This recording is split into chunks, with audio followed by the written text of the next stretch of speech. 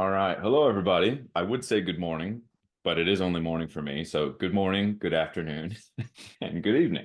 But welcome back to the lab. Today's a little bit of a special episode that we have here today for you. As you can see, I have two familiar gentlemen here with me. We have Alex Chesser with Flex Health from the UK. Welcome back, Alex. Thanks for And having then we me. also have Daniel Chang, the Flexing Physio from Australia. Oh, sorry. So welcome back, guys. Nah, thanks, man. It's only been like a week since I last talked to you, Lou. I know, it hasn't been too long. It's been pretty Yeah. good though.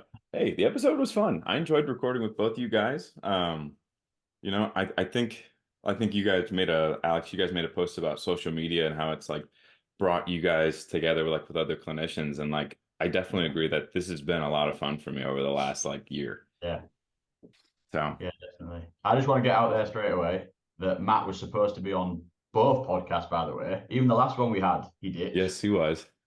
So yeah, I was gonna try and get like a. To be fair, I've got some Lego in the back. It's probably about the same height as Matt anyway. So I'm just gonna bring. There we Yeah, go. bring him over. And he can just sit in your little corner of shame there. Here we go. We got Yandu from Guardians. That can be Matt. Oh, nice. It's going to start whistling soon. It's going to kill us in the screen. Matt, he can join us here in spirit. I'm Yeah, sure he's, absolutely. enjoying some spinal flexion somewhere. Yeah, No. somewhere. So we're far, far from here. No, but I guess my joke kind of leads into what we're going to be talking about today. Um, so along with like kind of the dark side of social media, besides the fact that it's brought, us together here today to discuss this, um, there's also some dangerous narratives that can get put out there that can become gospel or can become, solidified in people's minds. And one of those things that I've kind of seen over the last few years is, uh, I would just say like the demonization of spinal flexion, right? I know you and I, we've all talked about this before, like through the group chat, but this is something that I definitely think needs to be discussed globally because I mean it's kind of becoming this thing now where people have this glass house mentality where they think they're just going to absolutely break and they can enjoy. I mean, you guys have all seen the video of Stuart McGill where he's basically out there saying like, you can either have deadlift PRs or you can have fun with the grandkids. And it's like, why can't we have both? What if I want to Yeah. pick up 500 pounds in the morning and then go throw my kids out in the park? Like why can't that be a thing? And ironically, if you can deadlift and you're lifting well into your 80s, you've got a much greater chance of playing with your grandkids. It's frightening. Yes. Yes. Um, so what I want to discuss this, and this is why I wanted to do this today, because now I've got people from, the UK. I have someone now from Australia. And so what I want to do is today is just have a discussion on spinal flexion. Is it actually good? Is it bad? Bringing in some different viewpoints and just have fun with it. I mean, I've enjoyed talking with both of you guys. So what have you guys seen, social media wise, um, with people just taking spinal flexion into the gutter and just kind of making it look like crap, or maybe something that should never be done. Yeah. I'll start. I'll kick us off. I'll represent the entire physio board in Australia through this potty. I would say in the general population here in Aussie, and when I say general population, it's the people that I've met in my life. But I would say most of the people that I've met, they look at spinal flexion as something it's dangerous. And this is people that don't have any medical background, so not physios, not doctors or nurses, etc. But you're just a normal layman person. So I would say most of them actually think spinal flexion is dangerous, which actually causes me a lot of alarm because just think about how many of these people are altering the way they pick something up. For example, a pen, to how many people are changing the ways they do it just because they're scared that they're going to throw their back out or their back's going to go out of place or something. And I feel like a lot of these people's fears are not helped by other professionals that they go and see. And this isn't to bag out chiropractors, but a lot of the chiros that I have come in contact with are sharing this information. And to be fair, a lot of physios too. where they talk about the spine being able to go out of position or out of alignment. And this stuff causes a lot of fear to the patients that I can come across. And it actually really annoys me because it takes away our consult time, because I need to, this is the stuff that I think it's worthy to address, because it's actually quite harmful for the patient to live their life.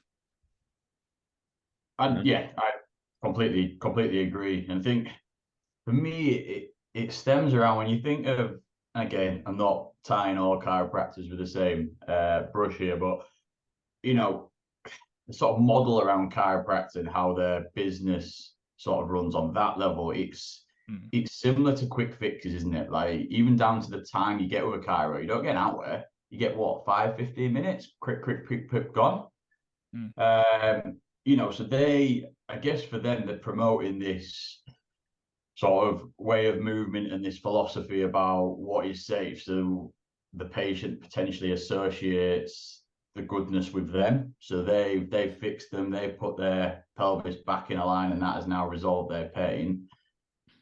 Not knowing that it's sort of surrounded by a web of lies and not really needed. It's not ever been out of place. You've got pain, could be for a number of reasons, could be because you're having a bad day, for example.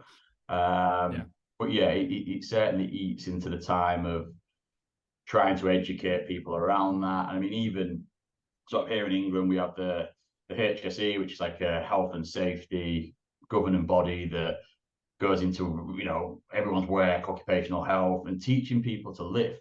And even their protocol is all lifting with this straight back. It's that you'll have seen it on social media, that model of the guy who picked a box up and how dangerous and how much stress it takes, this little skeleton model picking a box up. And again, it's just, like you said, unnecessary, because if you're getting into that habit of picking a pencil up, picking your child up, picking something up with that neutral spine, you're then getting weaker in a normal movement. Because we don't do something, we do get weaker. It's the same with your knee, your ankle, your hip, your back, everything. So if you're avoiding that movement, and I'd say it's even harder to do that. If you actually try and maintain that vertical spine, your erector spinae, everything is gripping on for dear life. It's harder, I feel. Yeah. And just to build on that, Alex, it's like the idea when people again on social media, I think social media is so fantastic, but also it can be so annoying, like this instance where some fitness professionals or fitness gurus or people with like amazing physique, so immediately they have, they're a lot more credible. They'll say that they'll say don't do this exercise because it's dangerous, like for example behind the neck lat pull downs or behind the neck military press. And it's like, why is it dangerous? Because you injured yourself one time doing it. And plus in my opinion, there is no such thing as a dangerous exercise. It's only an exercise that your body is unprepared for. As long as you slowly, gradually load up into that exercise, I just don't think there's any such thing as a dangerous exercise. And talking about spinal flexion, a lot of a very popular exercise nowadays is the Jefferson curl, which is basically loaded spinal flexion. So what are your gents' opinions on the Jefferson curl? Do you guys prescribe it?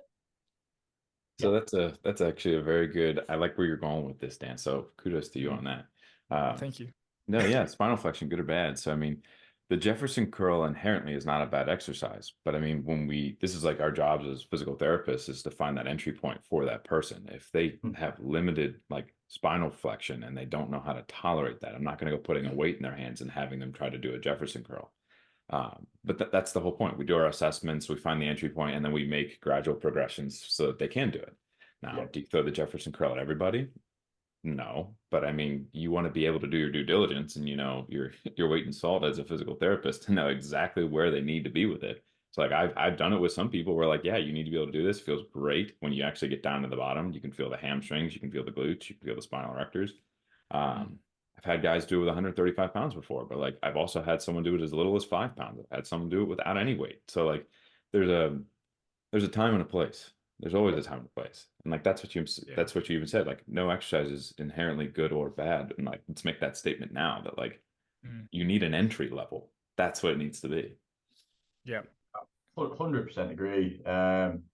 again, you know, you've got the two extremes. You've got the people who are athletic, training population, you know, going for max PBs on whatever compound lift it is. I mean, even so, you also, I was struggling to hit 180 on my deadlift, and Louis kindly gave me the advice on good mornings and started building a few of them in. And after 6 weeks, finally hit my 180. So again, with those sort of patients, you know, I'll always support going in with a Jefferson curl through sort of full range, try and load up as tolerable, warn them about DOMs. We get DOMs in our back, but if we seem to get muscle DOMs in our backs, we panic and we think, yeah, the world's ending. Whereas we get DOMs in our hammies, we tend to like it. Yeah, that's So funny, isn't it? Eh? yeah, absolutely. But then, you know, with the non-athletic population, they still need to flex, you know, leaning over the sink, brushing your teeth, bending down to pick your shoe, even in a split stance position, you know, we do go through thoracic, cervical, and lumbar flexion to tie your shoelace. And I've seen people hanging on for dear life onto a unit to bend down to tie their shoe. So again, with them, you just break it down like any other exercise, start small in a shallow range, build up as tolerable. Once you've mastered the range, right, let's put a bit of weight in your hand if needed. Something as light as your granddaughter, who could be what, I don't know, 5 kilos, 10 kilos, something like that. Yeah, yeah. Some granddaughters weigh more than others, but anyway, we won't get into that one. I'm very naive around kids. I got to my head, then I was like, I got to put a weight on a kid now. Some of these Australian granddaughters, my word, they are like at least 50 kilos. Oh, geez, indeed. Yeah, we're big people over in this side of the world, I'll tell you. Too much fish and chips, that's for sure. No, so aside from maybe like the Jefferson curl, because I know what was the other one? Like the reverse hyper. Like, have you guys ever had any experience utilizing like the reverse hyper? Like, have you guys used that in your therapy? Yeah, for me, I've actually been doing it myself lately. Wait, reverse hyper, is that the one where you're laying down on your stomach, you've got your feet strapped in, and then you're basically swinging the pendulum and the weight.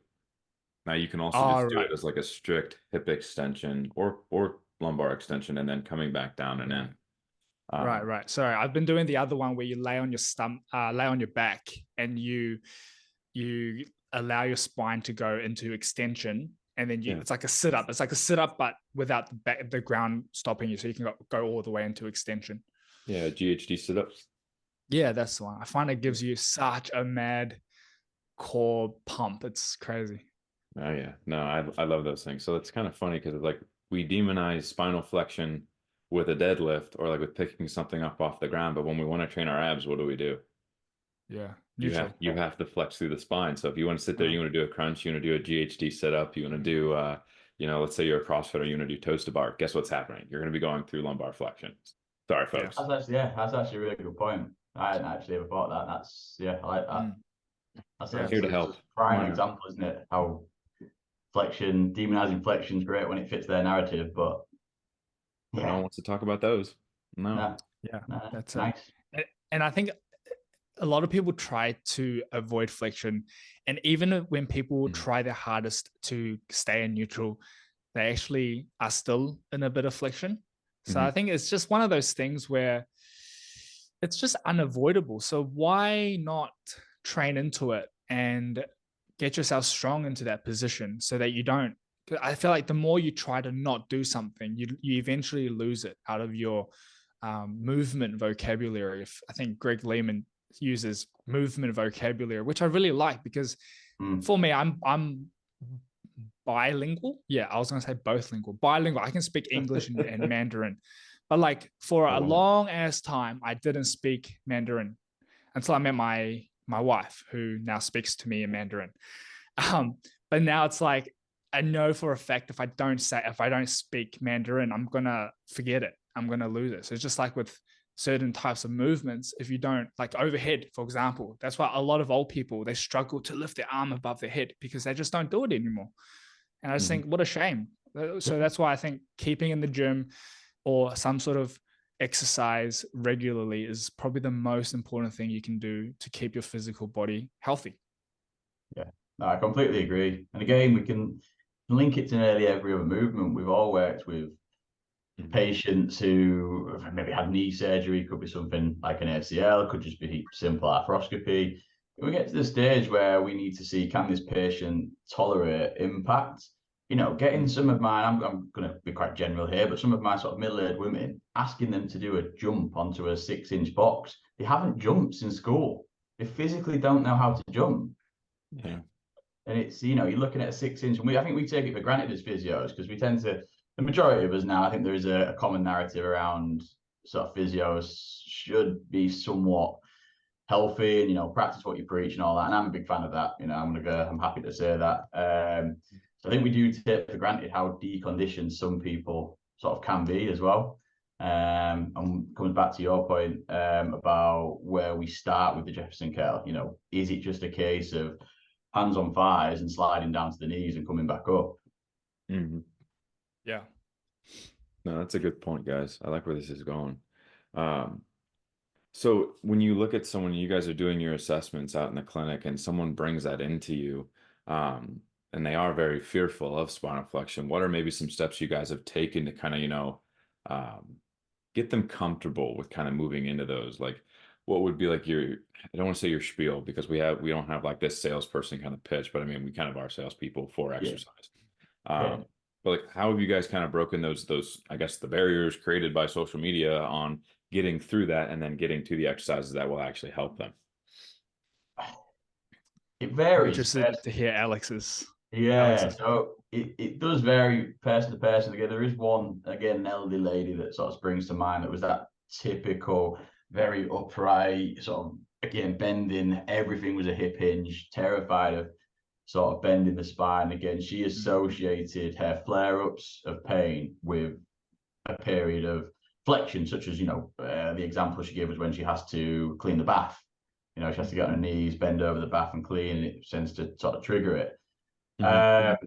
And again, I sort of sometimes start with things like, you know, if we weren't designed to do that, we wouldn't be able to do it. We're not useless as a species. Like that is it's a benefit. We there are at times when we have to bend our back, you know, and it's that's usually a starting point, and then again try and answer a few questions and, well, why have I been told this? And again, I just revert back to, you know, everything changes. I graduated in 2011, and half the things I got taught, like the functional movement screen, has sort of been sort of carboshed a little bit, and you know, everything sort of just changes the you know, within a 3-year cycle sometimes in sort of medicine. And sort of politely say that some people don't take kindly to keeping up with research because their own personal reasons. They like to link cause and effect. And I, as a physio, like to say, well, I told them that and now they're better. Aren't I the greatest physio in the world? So I'm going to keep doing that. And sort of try and have that holistic overall discussion first before just getting down into the actual movement, just trying to promote a nice sort of discussion about, look, you know, let's talk about it. It is safe. We can do it. We're designed to do it. And so that's sort of an entry point that I tend to go in with the majority. Love that, man. That's so good. So Cool. my clinic has 3 slogans. I guess you can get like 3 words that are under my name. What do you guys call it? Slogan or Slogan would work. Tagline. Or like slogan? give me an example. What are these slogans that you have? Yeah. So I've got 3 words that they all start with R. So the first, man, I gotta think about this. The first one is recover. The second one's robust. And then the third word is readapt. And I spent a good 5 minutes thinking of these 3 words when I was decided to open up my clinic. But I really love them because the second word being robust, I use the word robust about 20 million times during the day because that's the type of language I like to use when describing our human body and more specifically our spine. Because as you touched on earlier in the potty, Lou, a lot of people think it has this glass house mentality of our spine, and it's not being helped by a lot of the health professionals in our field, whether you be physio, chiro, myo, whatever. So I explained to them, like, I say, look, I was at uni not so long ago, and I've seen a real spine. a cadaver. I've seen what one of those suckers actually look like, and those things are ridiculously strong. And I use words like the discs in your spine, they are firmly anchored to our vertebrae. They're like car tires anchored into our vertebrae, and it's really, really difficult to pull one off, or to let alone like herniate it, to bulge. It's really, really quite difficult. So I try to use language like this that instills and backs up how bloody strong our backs are.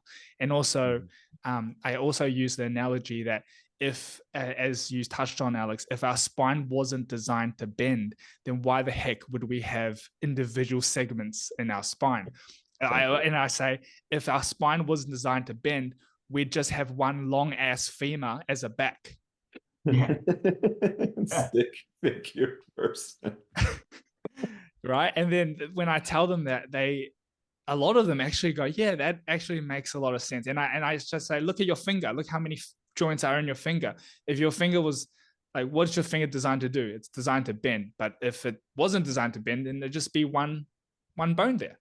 And to a lot of people, it makes a lot of sense to them. Yeah. No, that's great, Vivek. That's again sparked a light bulb in my noggin, because the example of the finger is great, because flexion is, we can flex our spine a hell of a lot more than we can extend. Extension, we hit a hard block at an end point. Flexion, we can keep working on, we can keep building on that. Yeah. And I like the fact that you use like big, powerful words. Like, how many times when you say it's a tire, do your patients turn around and say, oh, I thought it was like a jelly donut? Yeah. Yeah. Yeah. It's just nice. Yeah. No, it's a big ass monster truck tire. Strong. It ain't this little Dunkin' Donut that's going to pop out at any moment. Sneeze and shoot out her ass or something. Well, what about those plastic spine models that we see some people use on Instagram? Like they'll bend it forward, like flex it forward, and then this whole big red balloon thing pops out the back, being that's the disc bulge. I find that helpful and unhelpful at the same time. What are your guys' opinion on this little plastic spine model? I'll let you go first, Alex. I have my okay. on this. Yeah, I mean, I like it if it was used sensibly, I guess. But again, we don't really know which movement's going to dictate where the bulge or herniation is going to happen. We don't know which movement's going to cause more of a herniation or exacerbate symptoms. I've had discogenic and radicular patients who love flexion. I've had ones that we have to be really, really cautious with, because it does spark them off of nights of sleepless, lots of sleepless nights. And I think at the heart of it, we've all had, I've had one bout of back pain. It's actually when I was in America, actually. I'm going to blame Disney World. Yeah, no, I'm going to blame Disney World and the copious amounts of food that you put on everyone's plate when you order a single portion. But yeah, towards the end of my holiday, I'd period of back pain. It was horrible, and it does limit you. It does stop you moving. It does make you turn into a walking fridge. But and again, it's then that cause of effect, isn't it? Well, if I stay stiff, I might get a little bit better. But again, linking it to any other joint, I know when my knee kicks off, it won't move as well. But we introduce load to it and we tolerate it again, and then we're back to square one. So I think one of the things I really try and get across to my patient is not the fact that you just remain stiff and you avoided that movement. Your body has a natural protective mechanism for the first few days. And I always say this to her, I say, we're really, really good at looking after ourselves in that acute danger stage. We're not great at realizing when that danger's gone away. No, Alex, I absolutely love that. The fact that, one, your explanation, but two, the fact that you were in the happiest place on the world and you're back. Back's gone out on Hulk. You're just like riding roller coasters. You're like, oh no, God. No, University was right. But just kind of building off that. So I actually like to link that model back to, like, if they bring their imaging along, right? So like we get the X-ray, we get the MRI, and they're like, yeah, I can show you what maybe a bulging disc would look like, or a herniated disc would look like. But then I go into my talk about, and in my education about, and I think this is really important, because I think sometimes people gravitate and they hang on every single word, not just from like a surgeon, but also what's written on like their MRI or X-ray results, right? So like they say like, oh my gosh, I have a herniated disc, and it's like, did you know that if we were to take like an MRI of majority of the people in this clinic right now, I guarantee you, like I know I have a hernia, could guarantee you I have a herniated disc with how much I pull from the floor. Um, but I'm asymptomatic. Like we would go through the entire room. Someone in this room is also going to have a herniated disc and it's not going to have the same pain as you. So that's where it gets like really important. We have that discussion on like treating the symptoms and not necessarily treating the image. It's like, yeah, this might have happened, but this might have happened to me too.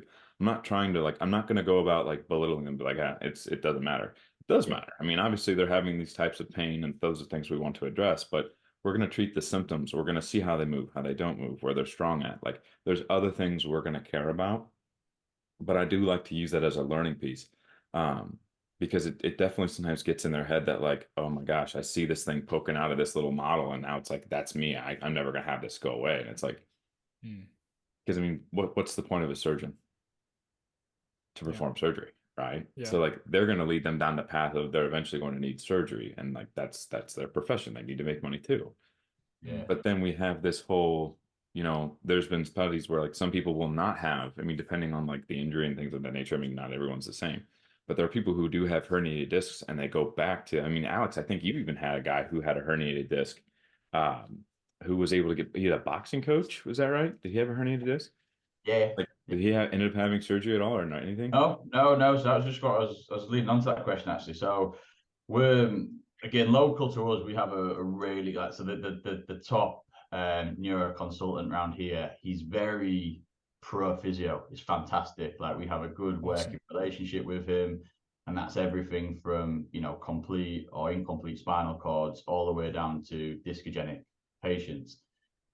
He's really, really pro physio, and he's very open about that to his patients. It really is refreshing and fantastic. Guy called Spink, and again, he will often refer people to us, saying, "Look, try physio for at least 6 months. If you see an improvement, keep going with it. Unless you are in, complete agony, this isn't going away." He's almost like a physio in surgery, his last resort sort of thing with spinals, which is fantastic. So yeah, no, Sam, he's back now. He's back. He actually takes my boxing sessions. He's back competing, so he's back training for a high rocks coming up in CrossFit. So yeah, no, he's doing really well. That's awesome. I think the guy's only 24 as well. He's a young kid, scared, and just everything we talked about today, I just sort of tried to drill home to him. Look, keep moving, keep buying into it. You are seeing improvements. You're going to have a flare up. Don't catastrophize. We just strip it back a little bit and we go again. Yeah. That's I awesome. also love that your surgeon recommended physio for at least 6 months. That is honestly, it's great. That's awesome. Really, what a beast. Can I refer my patients to see him as well? All the way to Hull. That's it. The out-of-pocket costs will be through the roof, but at least they'll come back to me for at least 6 months. Yeah, that's so good. Because like we know with a lot of the times with back injuries, it can the acute phase or the whole painful stage can last for a good couple of weeks, right? Up to at least 6 weeks of quite a lot of pain for some of these people. Some of them settle even quicker. But a lot of the times, if surgeons will say, go try physio, it's often like, go try for 1 or 2 weeks. If no good, then come back. And and realistically, what's going to happen in 1 or 2 weeks, right? So yeah, I think 6 months, even 3 months is a good place to start. Like we know with shoulder rehab, a lot of the research stops at is at least 3 months, which is 12 weeks. So I've actually been telling a lot of my patients now, regardless of what injury it is, but more specifically with shoulders, I'll say, look, give it at least 12 weeks. And that way it gives them a bit of an expectation of how long this sucker might take. I'm jealous. I'm not going to lie. 6 months. And so you said 1 to 2 in Australia, Dan? Yeah. Well, the ones that I've had in contact with in the past, they've said just try, and it's kind of like a not backhanded, like an offhanded comment, like, try physio for a couple of weeks. and if no good, then come back. I'll see you. I'll see you in 2 weeks. God bless him. Mm. What's it like in the States? Kind of similar to, actually, to Dan. So like ours is not necessarily not as bad with a lot of the physicians. So a lot of the physicians that I work with here in like the Dayton area, a lot of them do want people doing at least 4 to 6 weeks of physical therapy, which is it's a start. I'll say it's a start. Um, but we are actually more limited here, I'd say, by the insurance companies who will like if they're not seeing the quick enough progression and it's too slow, or they're not making what they would deem, like you guys said, those first 6 weeks can suck.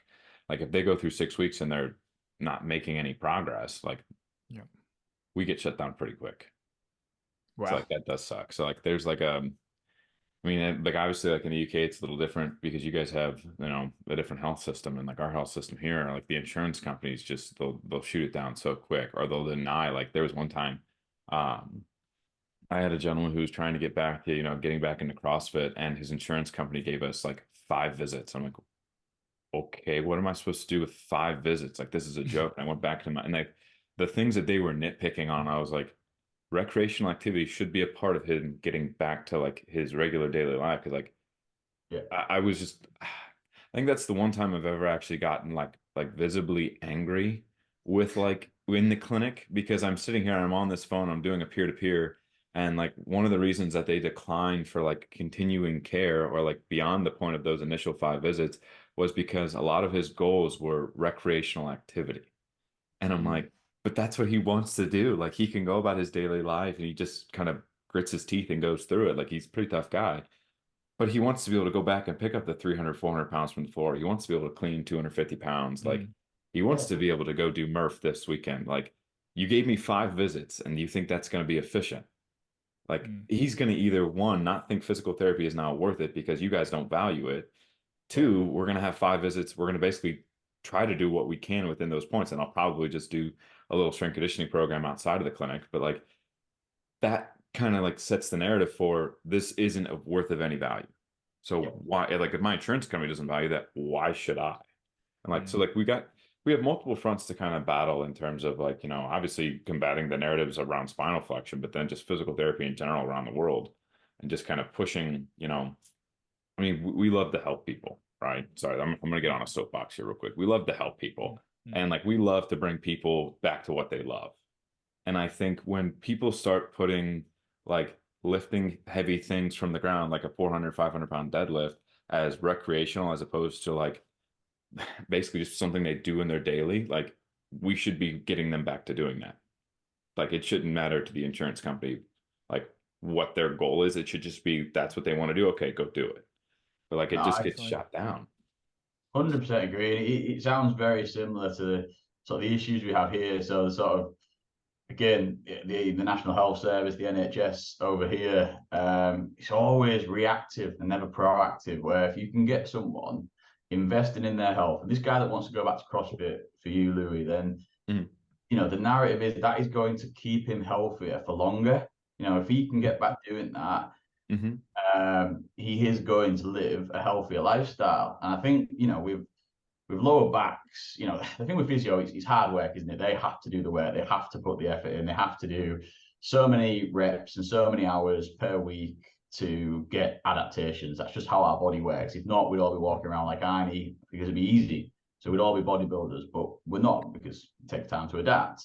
Yeah. And I think with physio, it is that element that it is hard work. It is on the patient. Yes, as physios, we support them, and some physios are better at getting the best out of people, which I think comes down to it. Physio, you have to be looking to get the best out of people. But again, no more so with backs. You need that investment in health because it is multifactorial. It's highly unlikely outside of maybe some of the athletic population that it is just this herniated disc that's causing your back to hurt. It is because you potentially had a bad day. It is because you eat inflammatory food. It is because you're bordering type 2 diabetes. There's so many things that feed in to lower back pain that if we can just promote exercise, promote lifting. As I say, most of my lower back patients now, the first thing I prescribe is walk and step count. Let's hit 7,000 steps a day. Simple. It's just as basic as that. Let's not have 3 bottles of Coke a day. Let's have a bit more water. And that's a whole new kettle of fish in it, pain and lifestyle. But But yeah, Oh, man. Wow. That is so true, right? Like low back pain is so much more than just structure. And we know that yeah, with everything, right? And it's that comes back down to that statement of treat the person, not their scan. yeah, And just couldn't be truer, right? And like Lou and I, we had a really good conversation a couple of weeks back about building patient rapport. And this basically feeds back into that episode with having a good therapeutic alliance. And man, I hope in those 5 sessions, Lou, you built the best rapport you did with this patient.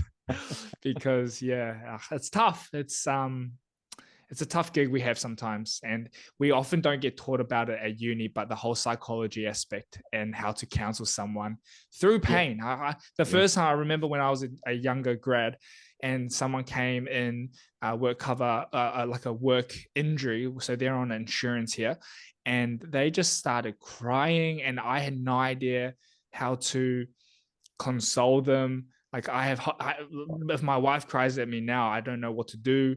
But basically, from that consult on, I keep a box of tissues in my room, half for them and half for me.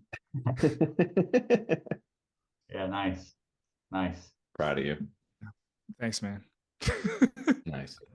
Nice. No, that is definitely hard to do. I mean, Yeah. I definitely don't think we get enough psychology courses to prepare us.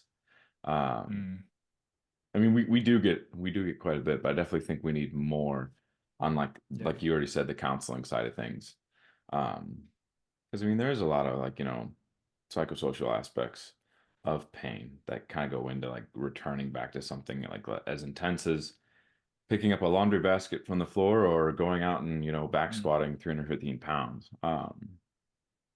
But one Mm. of the things I kind of wanted to shift gears here on you guys, because one of you mentioned neutral spine, and that kind of, I don't know why it's been gnawing at me since then. So I was just kind of curious to see how you guys have gone about um, when someone like when you see those people who are quote unquote like lifting in neutral, and they say it's only one spot. What have you guys done to kind of like teach them about what is actually like a neutral spine? Like what does it mean if you lose neutral? Like things like that. Because I have some clinicians that I work with that are like, you need to be a neutral spine, or like even when I was at school, we had a particular person who would come in and would teach us lumbar stabilization, and it was laying on your back, bracing your abs, and you just lifted one foot after the other. And I remember, and like they like looked for like the most minute movement. They're like, "Oh, you lost it," and it's like, "What? There's no way." Like actually, I think my buddy down here, Dave and I talked about this because we also talked about the McGill Big Three. Um, mm. yeah, I'm gonna open this can of worms. Um, so I was just kind of curious because a lot of those movements are, um, I don't want to be mean about it, but I want to be mean about it. They suck. Um, I mean, let's just be honest. When you have someone who's going to go pick up 400, 500 pounds, and we want to sit here and talk about neutral spine, and they Yeah, go to go pick it up, and you're doing a max lift, you're going to lose neutral, or you're going to default out of neutral, right? yeah. So I'm just curious as to how you guys go about, like when you have those people who are getting out of neutral, um, how do you educate them that, it's not a bad thing, especially when they're going through their max lifts? Or maybe what are the soapboxes you guys have with neutral spine? I mean, you've said it. Oh, it doesn't exist, or it may exist, but everyone's is Mm, different. Hmm. I wouldn't back myself to pick up on a neutral spine just by assessing. mm. There's that much Wait, going on. Alex, There's, you're saying you can't see neutral? Like, are you saying you're inferior as I'm a sorry, physio? I am. I'm Okay. intervention here. Do you want me to leave? I can go. I want you to leave and Matt to come in. I just leave him here. No, jokes. Love you, man. No, yeah. I mean, it's. I guess it's even with the max lifts to the minimal body weight, 15K, 20K bar. I'll just be very blasé about it. I try to not talk about it, if that makes Mm, sense. If they bring it up, I'll just say, it doesn't exist. And I mean, what do you mean it is? So if you go look at the world's strongest men, they are chucking around big old weights with flex spine. You know, if they're getting them atlas stones on their knees, they're actually hunched over, picking the atlas stone to get it up. So, and they always retort back, well, you know, they're the world's strongest men. I said, yes, but they wasn't born the world's strongest man. They've trained themselves to be able to do that. So if you all you're doing is picking up your laundry, we can train you to pick up your laundry. That's your threshold. If you want to do a bit more, happy days. Let's crack on. But don't worry about keeping this. And then I go on to a big rant about health and safety in England and all this manual handling, how it's all ruined the world and all that sort of stuff. So yeah, if you catch me on a bad day, I'll go on a rant for about 50 minutes. 5 o'clock on a Friday. You're not going to treat me? Nah, you just got a lecture. Yeah, that's it. And I'll see you next week. I'll see you for the next 6 months. Yeah, absolutely. Cheers, Dr. Speaks. That's a really interesting topic, the whole neutral spine. And that kind of reminds me of the topic of posture and how and if you go and ask 1,000 Gen Pop people, I would say 999 people would tell you that there is such thing as a good posture, being the, you know, sitting up straight, neck back, or all in one straight line. And there is such thing as a bad posture, which is slouch, which is what I've been sitting in for the last 30 minutes. So it's like, this idea of posture and how this perfect posture exists. And so going back to neutral, it's the whole idea of neutral spine. I do try to spend a little bit of time educating the patient that I don't even try not to use the word neutral. I just say to them, everyone's strongest position is going to be different. So for example, someone's strongest position, depending on your anatomy, will look different. So my strongest position will look different to your strongest position, depending on our anatomy. If you've got longer limbs or longer arms or shorter torso, it all depends. It's all around the context of the person. So I like to compare it with the strongest people as well, and showing them that, hey, when they do their max deadlift, their body will naturally go into their strongest position. And when we look at other things that are often demonized, like knee valgus, I just say, look at LeBron James, look at Michael Jordan when they go, we should probably use some female people. Like look at Serena Williams, and when they go hit like a huge forehand, their knee probably goes into valgus as well. But it all comes down to the context of that activity, which is very different to what you're trying to do here. So it's like, just try to find examples to not make them fear certain things. I think that's really important.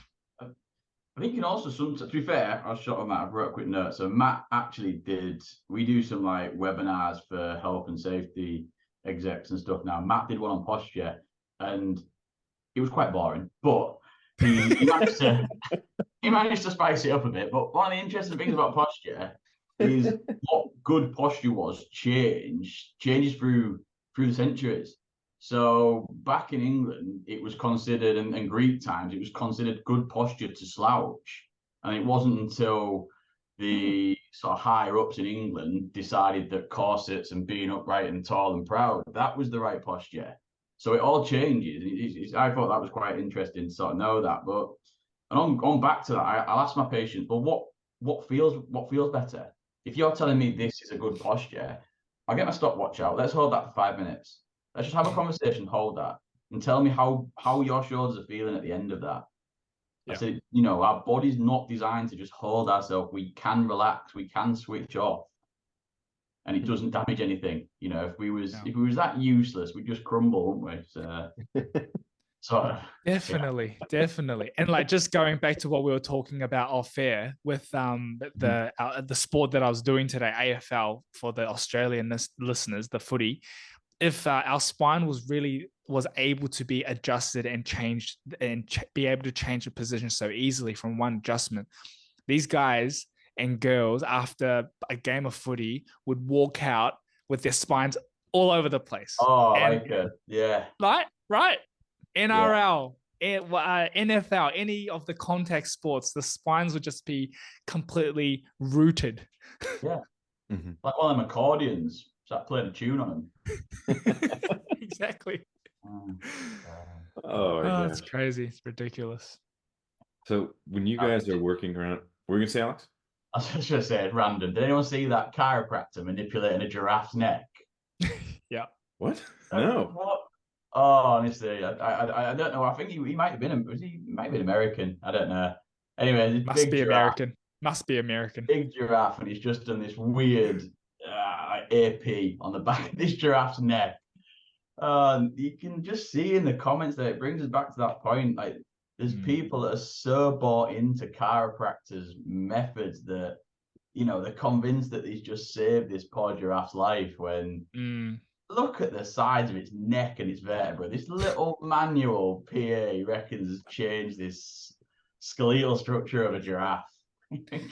Funny fun fact. Giraffes and humans have the exact same amount of vertebrae. Wow. Did you know that? I did not know Not know that. that. Hey, Well, that shows how big they are then. That's got to be a big old vertebra. He just manipulated that. He did. He did. Yeah. The giraffe walked and told his friends, and there was a queue, and he came back with $60, and that was it. It's a referral system. Gosh, oh that's what we're dealing. That's the fires we're fighting. You know what I mean? That's the where it's gone. But they're the ones that get the millions of views.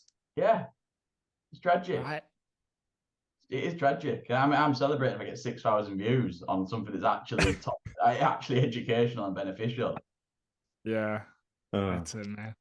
It's probably just you two watching them 3,000 times each. I get my mom to watch it too. Don't forget that. She's like, I can't even speak English. Why are you sending me this? Fantastic. A quick question, because I know I've talked to Alex about this with how you guys go about doing like your physical therapy schooling. Dan, you went to uni, but do you guys go through like in the States, it's a 4-year like undergraduate degree, and then you go on to get your doctorate of physical therapy? Like, is that kind of similar to you guys down in Australia, or is it different? Nah, so we just do the 4 years undergrad, and then we come out as a practicing physiotherapist. Okay. And then if you want to study on we got this, you guys got masters over there? Doctors. Doctors. Okay. So it was a master's program. Now it's a doctorate of physical therapy. Oh, okay. So yeah.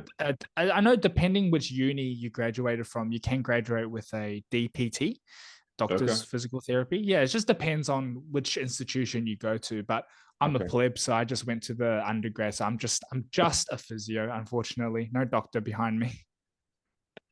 That's how I was curious. So do you guys do clinical rotations then as well?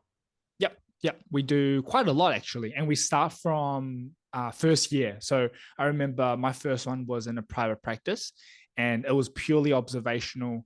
And then as you move on through the years, you get a little bit more hands-on. And then towards your final year, it's basically 4 or 5 week placement blocks back to back. So you get a lot of hands-on experience, and it's kind of depends on how lucky you are. You might get really, really crappy ones where it's purely observational, or you might get ones where you learn a lot. So it comes down to the actual rotation. Okay. Yeah. Have you guys had any students on clinical rotations with either of you?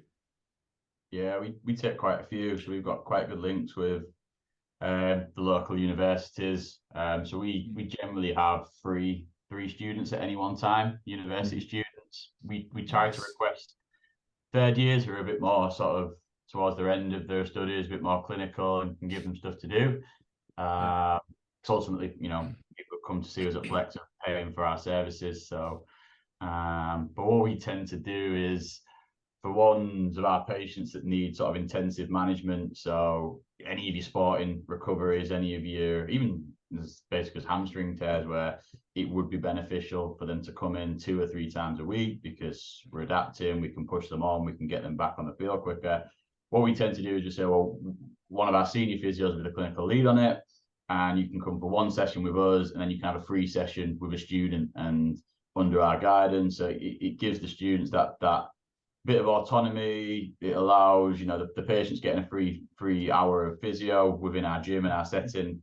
So we sort of try and run sort of things like that with the students that are trusted and the ones that are we think can handle it. Awesome. So do you get to choose your students or just whichever the uni gives you? Yeah, just whichever the uni gives us. So we work with York, Bradford, and Hull. And they sort of tend to, I think every May they'll send us an Excel spreadsheet. Here are the time frames that we're going to send students, and then a bit closer to the time, I'll get an email come through from a student. Hi, I'm whoever. I'm going to be joining you for 6 weeks, and I just forward that to Sam. That's how you deal with that. No, that's pretty cool. I Nice, guess man. the reason I ask is because like over the years as you guys have been practicing, have you guys seen any changes in how like the students go about teaching lifting mechanics? Like before you had any hands-on in educating them or teaching them, and you have them working with patients, how have you guys seen them? Because I like when I have some students with like from the University of Dayton or some of the different schools here in Ohio, um, they come out of school and they come to their rotation and they're very like, you know, neutral spine oriented with lifting mechanics still. There's not a whole lot of deviation from that. And like you kind of see like the wheels turning. So like getting kind of switching into like the education topics of what have you guys seen like with the education systems in the UK and like in Australia? Like, are they trying to push like because obviously we think a lot different compared to some other like physios and physical therapists in terms of lifting mechanics, spinal flexion. I'm just curious to see what you guys are seeing in your education systems. For me, I'm currently not taking students. I've only just started this clinic, so it's just me at the moment. But when I was first working, so my first 3 years, the clinic that I worked at, we would take on students, and from time to time they would shadow just all the other physios in the clinic, and I'd be one of them. So from time to time, I'd get students shadowing, just standing in the room, being a fly on the wall, just watching what I do. And what I found is not good. It really comes down to the individual. Actually, I hope none of the students are listening to this. But Oh boy. even just coming from my cohort as well, just the people that I graduated with, I can only say a handful of us actually were in the gym or played some sport at some level. And I think that with students, it comes down to the individual. If they are in the gym, if they enjoy lifting, and also from what uni teaches us, it's very based on neutral and exactly what you were talking about before, Lou. So I think all the education comes after you graduate. And if you have that special interest in lifting and biomechanics and spinal flexion, that's when you go and do your extra study, I guess you can say. Okay.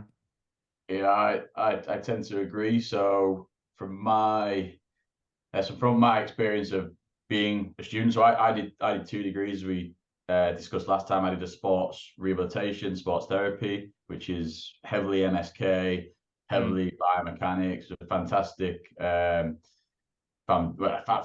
degree for anyone that wants to work in sport. The problem is here in the UK, it doesn't have much pull. You know, the governing body isn't great, and physios just get the run of the roost. The ironic thing is with the students that I still come into contact now, there is no sporting element to the degree. There is no real lifting element to the degree.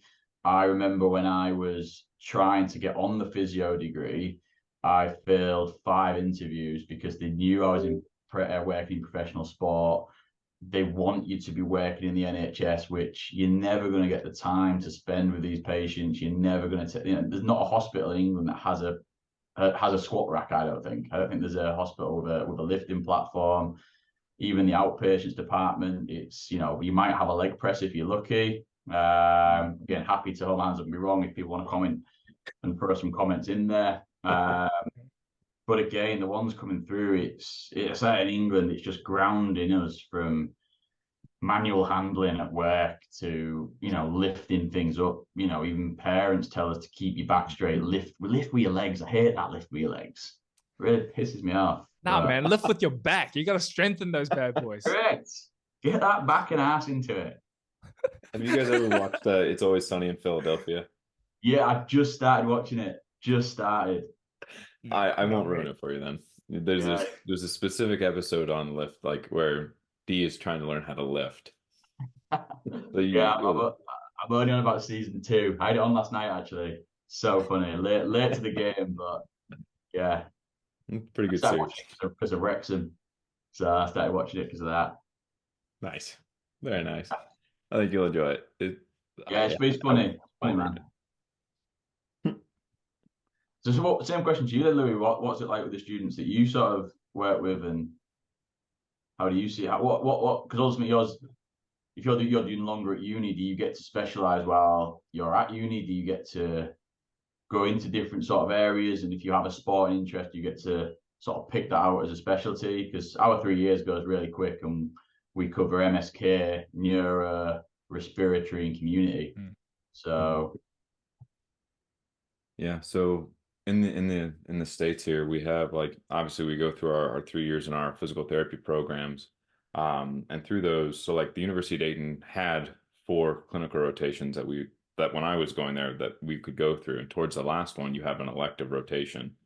And in that elective rotation, you can kind of pick what setting you want to be in. So it's almost like a 12-week interview is what it basically is. So like you're going there. I did mine with Baylor Scott and White down in Dallas, Texas. Got to meet a lot of cool people.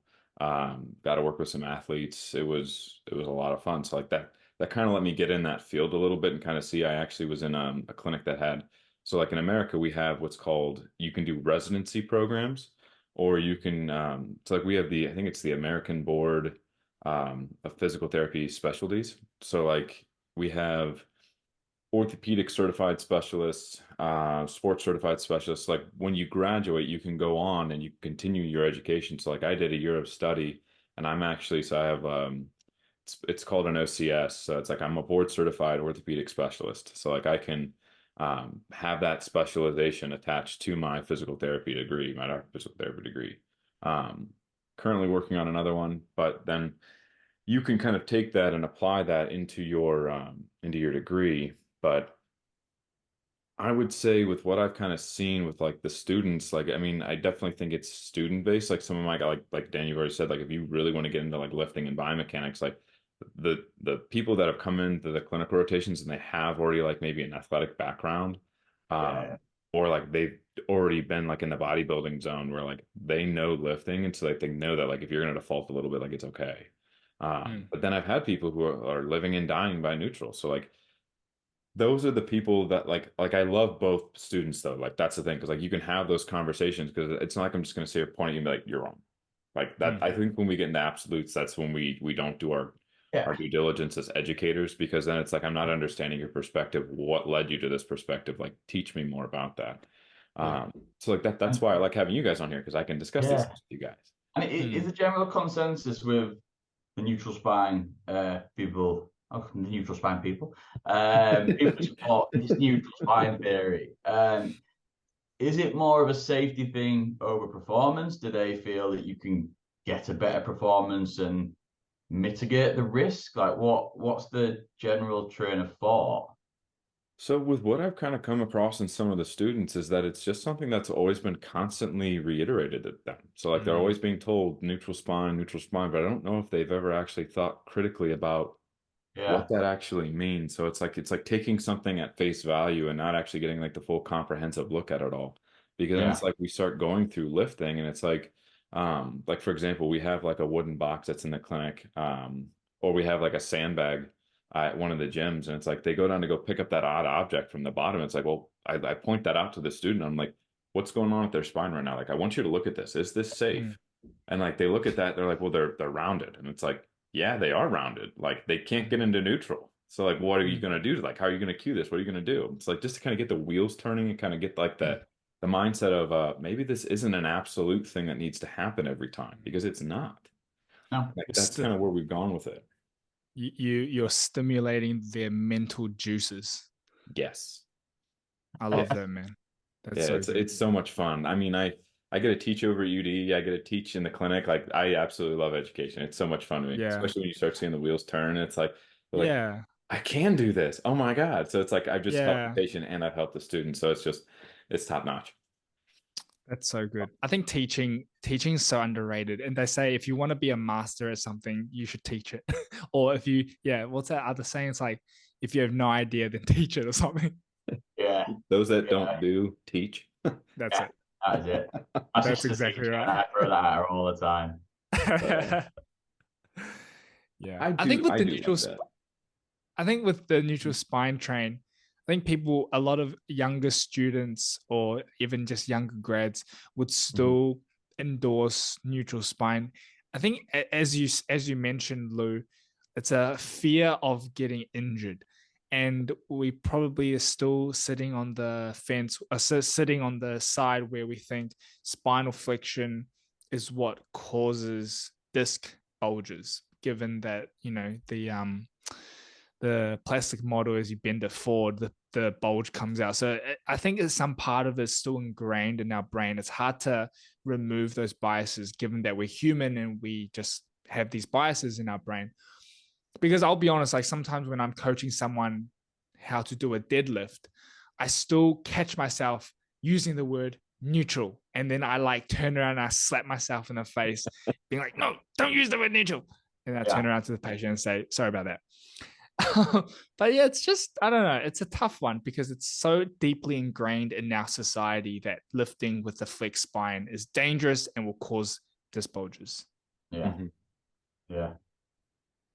So I even think there's an episode of let's Simpsons with it on where Homer lifts with a rounded spine and ends up on the floor in a heap. Or it might be Family Guy. Might be Family Guy actually. Yeah, I think Family Guy, it's crack Yeah. up. And so it's, it is like you said, Dan. It's ingrained. It's there. It's part of society. It is Mm, completely ingrained. I think that's the hardest part about it is, there is a hand, well, more than a handful, I'd like to think now, banging the drum that it is safe.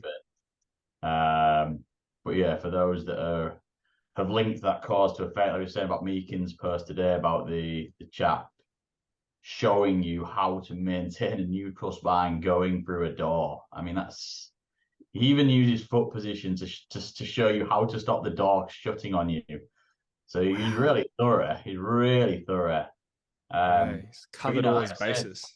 absolutely, 222,000 followers, people taking that as Mm, gospel, further emphasizing that yes, let's stay stiff, let's stay rigid, and that will protect you when mm, in fact it's not, because like you said, Lou, as well, it is impossible with certain tasks to not go into flexion.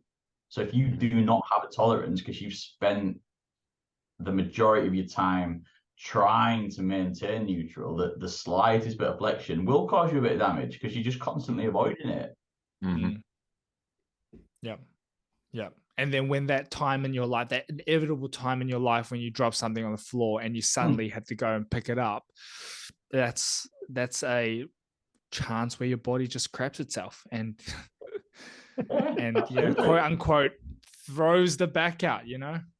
Oh gosh, that's another fun one. Mm, Throws it Yeah, back. throw you back out. Hmm.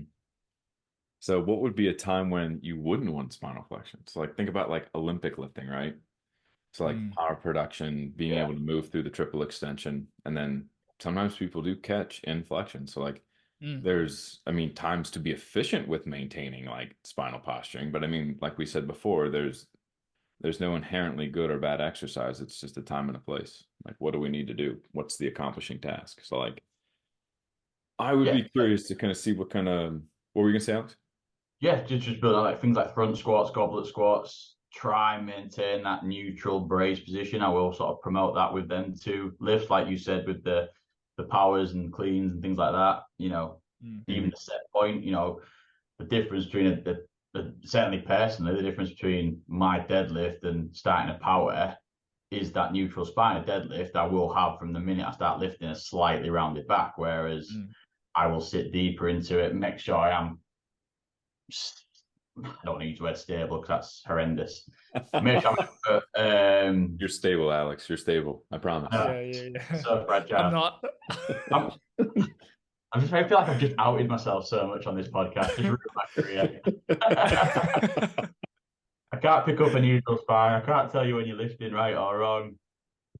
But Yeah, yeah, no, yeah, on like your power, you just it's a way to maintain that optimal ability to power through and flick up through hips to get the bar up and yeah, over. Again, get yourself under the bar. You know, if you're bent forward, it's harder to get under the bar to catch yourself without being pulled forward. So yeah, certainly things like that. If you want the momentum to be shifted and maintained in that mm, position, then yeah. But outside of that, I'm struggling to think of any other times I'd request a stable spine. Because most of my lifts now I just play around and mm, squatting and then tilting, flexion, dipping the bar on both mm, sides, just playing around with them now, personally in the gym, yeah, and then when patience is appropriate, I'll get them doing it as well. yeah. Mhm. I think that Mhm. another time which you would promote non-spinal flexion would be when someone's acutely injured potentially. Mm. um it's that idea of in the initial phase settle stuff down and then build stuff up. So in the settle down phase of any injury, yeah, 100%, if flexion hurts, don't go into it. Just go into a position where you have least amount of pain so you can sleep better and Mhm. still keep moving to promote blood flow to the area and get the feel good enzymes. I like to say that it's like if you keep moving, you can get blood flow to the area, although we know blood flows to the area anyway. But I just like to promote that, and just say blood carries oxygen, all the proteins, all that feel good chemicals. So we've got to keep moving, and I find generally for a lot of people it helps them not fear walking when they've just thrown their back out. Yeah, yeah. Mm. No, that's see, this is why I was so excited. Like, I literally could not sleep last night because I was waiting for this call, this discussion, because it has been so much fun for me this morning. Yeah, I thoroughly enjoyed it, as always. It's Yeah. good. I kind of enjoyed it. I'm damn Dan. Why you gotta ruin it for me? No, thanks, guys. No, that was good. I really liked it. It's good to have like all different screens, but all different, literally all different parts of it. I just think it's really cool. Yeah, this is fun. This is a lot of fun. Yeah. Is there anything else you guys want to throw on to the spinal talk today? Maybe something we missed on, something we didn't talk on. Yeah, I wanna ask you guys' opinion actually on this. Is when a patient comes in and they're holding so closely of what their surgeon has told them, and as we know, what the surgeon tells them, surgeons in the hierarchy of health, they're like God, they're the pinnacle. So it's so hard when surgeon, because okay, I've had this guy come in and he told me this. He told me that his surgeon told him to use one of those, those handle things that there's a little picker thing at the very end and you can pick up rubbish. You see people walking through playgrounds picking up rubbish so they don't Yeah. need a bend. So the surgeon told him this: from now on, I want you to use that to pick anything up off the ground, because each time you don't bend, that's one extra bend you have in the bank. Oh no. And when I heard this, I Oh actually like no. this. That's literally what Alex is doing right now. I was just doing that right in front of the patient because I couldn't contain my disappointment and just frustration with this whole thing. But Whoa. yeah, what do you guys how do you guys, have you guys heard any of this before? That's a new one for me. That's gonna be hard to beat. I just Yeah. stood up and walked out. I wrote myself off that day. The guy's still waiting for me.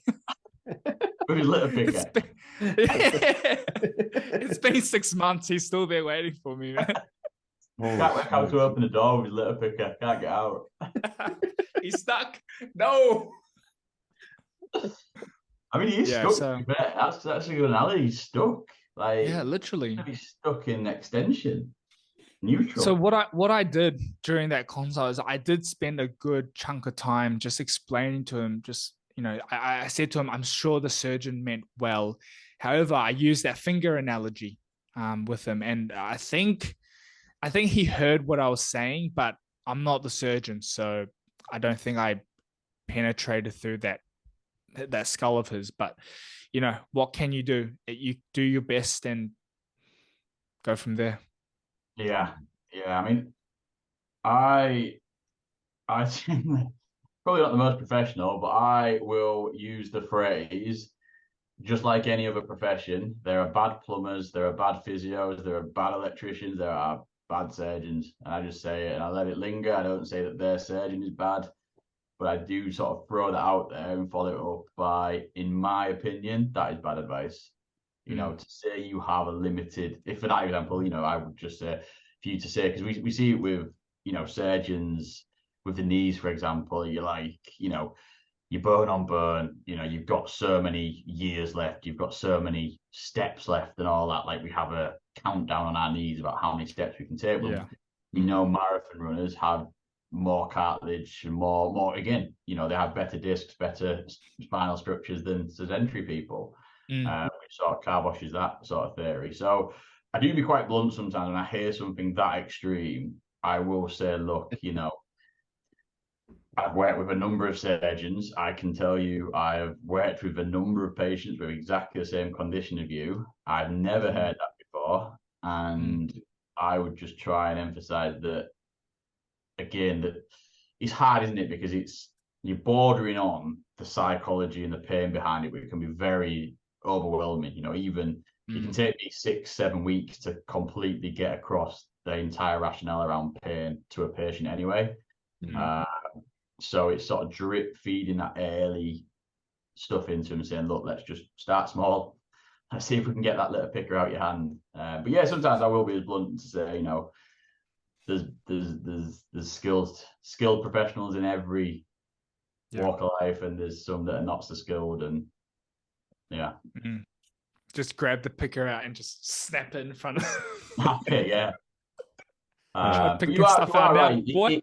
It is you are right, and it is hard because there is a hierarchy of medicine, and you know, we do have to listen to surgeons to some degree, but I would argue now there is enough evidence to support my decision. And if it ever went tits up and I ended up in court saying, oh, you said don't use a litter picker, you tried to introduce flexion, I'd say, look, well, here's the evidence, here's the research. Don't take my license off me, please. Yeah. It is a tough one. It's a bit easier for us because we're not associated to a surgeon, we're not associated to a hospital. We don't get referrals. Well, we get a few referrals from surgeons that we work with, but again, the ones we work with, we tend to have a very good relationship with.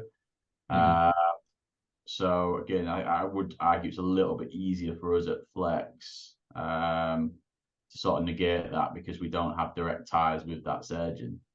But I see it a lot. I'll tell you what, I do see it a lot with Achilles.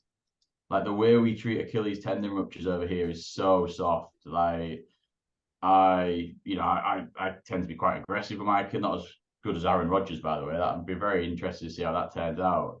But again, I will, you know, promote regular loading early, just the general principles of adaptation. But again, I've had it where patients are going for their 12-week follow-up with their surgeon and their physio saying, don't do that, take that out of your program, it's too much, it's too far. My argument's always the same. Well, you know, they come back and say, oh, they've said it's a bit too much. And say, well, how long have you been doing it for? About a week, 10 days. Has your Achilles ruptured yet? No? Well, safe then, isn't it? Like, within reason, you can argue that we're adapting. You know, if you've done it for 10 days and it didn't rupture on day 1, it's not going to rupture on day 11 for the same exercise. Definitely. I like the word you use, adapting, like adapting or readapting, because that's actually the third word in my clinic slogan, the word readapt. And because I use that with patients all the time. I explain to them that the human body is adaptable to the loads and stimulus placed upon it. So if you don't ask of it, if you don't ask much of it, then it's not going to give you much. But if you consistently load, stimulate, then it's going to respond by the bones getting thicker, the cartilage getting stronger, the muscles getting bigger. And yeah, it's just the foundation of a long, happy, healthy body is go to the gym. Nah, it's not that easy, but part of it is go to the gym. Yes. Yeah, I agree. And as well as, you know, the other adaptation is your tolerance. Your tolerance becomes bigger. Your resting state becomes lower. You're not an inch away from pissing your back off because you have reset everything. Increased capacity. Absolutely. I'm gonna go deadlift for my 1 RM right now. Are you really? How much is it? I hope it's not more than Nah, I'm 180. not. I was like, you go, Dan, dude. I'm about to watch some Netflix and go to sleep. I was gonna say, what time is it? Hey, actually, what time is it now for you?